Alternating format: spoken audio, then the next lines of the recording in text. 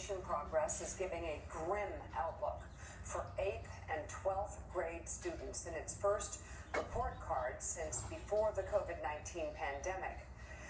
Data shows test scores dropped to the lowest in decades for reading and math among high school seniors. 45% scored below the basic level in math, the lowest since 2005. 32% scored below the basic level in reading, the lowest since the exam began in 1992. Declines in 8th grade science are also ringing alarm bells, with 38% scoring below the basic level, signaling some students would not be able to recall simple science facts, such as plants needing sunlight to grow.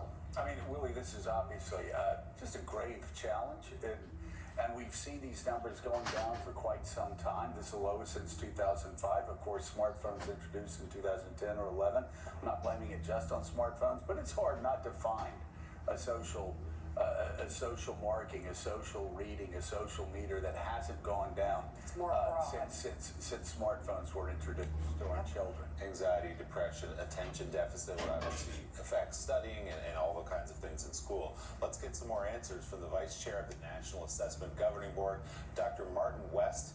He's also the Academic Dean at the Harvard Graduate School of Education. Dr. West, thanks for being with us. So the numbers, the headline, alarming certainly, but as you point out, it's not just COVID. This trend began long before COVID. As you look at the total picture, what are the factors driving this decline in test scores?